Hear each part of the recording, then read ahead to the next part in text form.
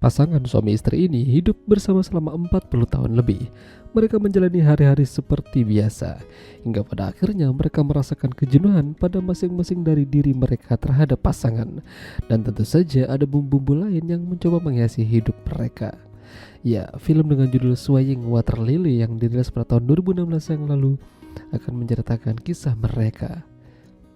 Ya, jadi ada pasangan suami istri bernama Handan dan Korhan. Mereka sering ke rumah sahabat mereka, Shermin dan Aykut. Mereka juga sudah punya anak bernama Alena. 40 tahun lamanya mereka hidup bersama dan menjalani hari-hari bersama. Rasa jenuh pun tentunya pasti ada, dan hal tersebut sedang melanda mereka.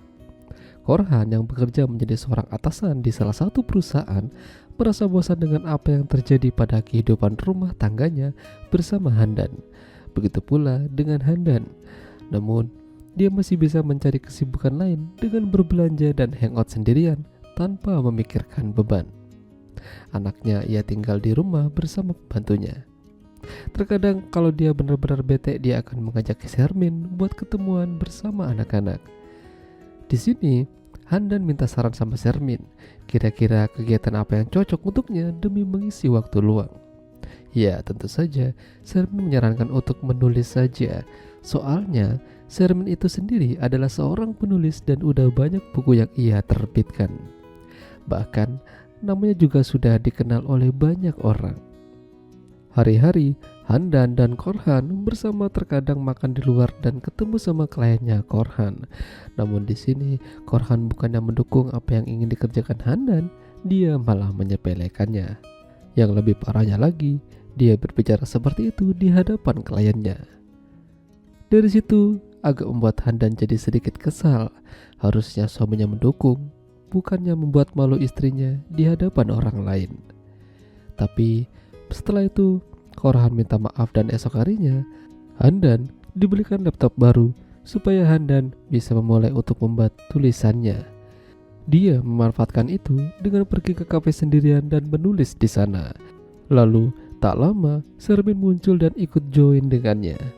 Namun di sini Handan dibuat iri oleh Shermin. Ada seseorang penggemarnya Shermin yang ingin berfoto dengannya. Dia menyukai tulisan Shermin dan mengaguminya. Sudah gitu, Handan yang disuruh memotret mereka. Di sisi lain, Korhan mengisi kebesarannya dengan cara yang berbeda.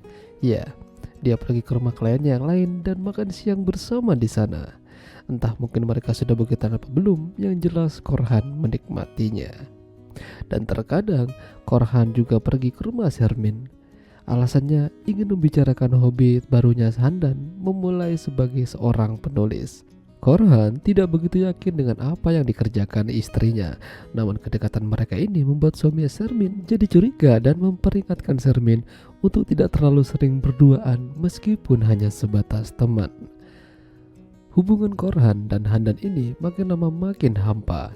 Tidak ada chemistry satu sama lain. Seolah-olah mereka hanya tinggal bersama namun tidak dengan hati mereka. Begitu sampai di rumah, masing-masing sibuk dengan gadget mereka. Begitu pula dengan anaknya.